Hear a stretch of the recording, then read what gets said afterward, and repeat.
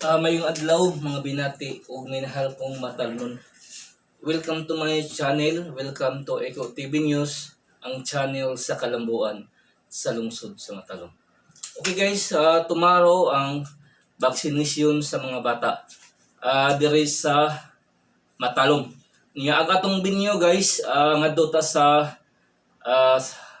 St. Joseph nga gym na sa plaza niya na kumbinto nasa likod ang atong area nga adto pagahimuon ang vaccination nga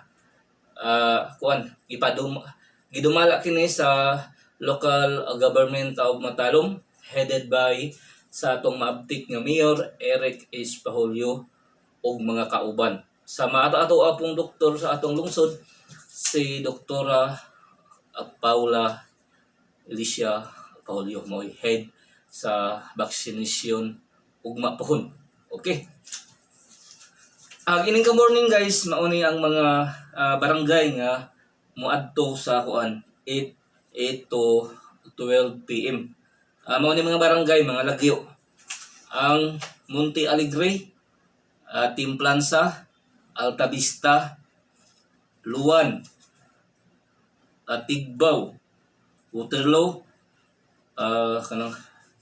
President Garcia, Santa Paz, Imelda, San Juan, Bagong Lipunan, San Vicente, Kalumpang, Esperanza, Hituog ug Tagos. Ang mautong barangay nga naka-schedule sa buntag, mga bata dito maoy mo magpabaksin ngadto sa ato ang diha sa St. Joseph nga gym diri sa tuang lungsod sa Matalom, Leyte, Philippines.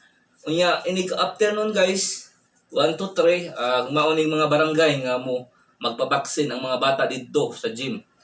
Mao ang San Isidro, San Pedro, Santo Niño, Caridad Norte, Caridad Sur, Punong, Saragusa, Agbanga, Itom, Santa Fe, Kahagnaan, San Salvador ug Ilibado. Mautoy panghapon nga barangay nga ang mga bata mao'y magpabaksin diri sa lungsod sa Matalom. Inyo lamang ikuan para di masamok na to guys. Magbase mo sa katong sa buntag o sa hapon nga schedule sa kuan. Okay? Sa katong mga kuan pangbuntag buntag mo madto aron di masamok.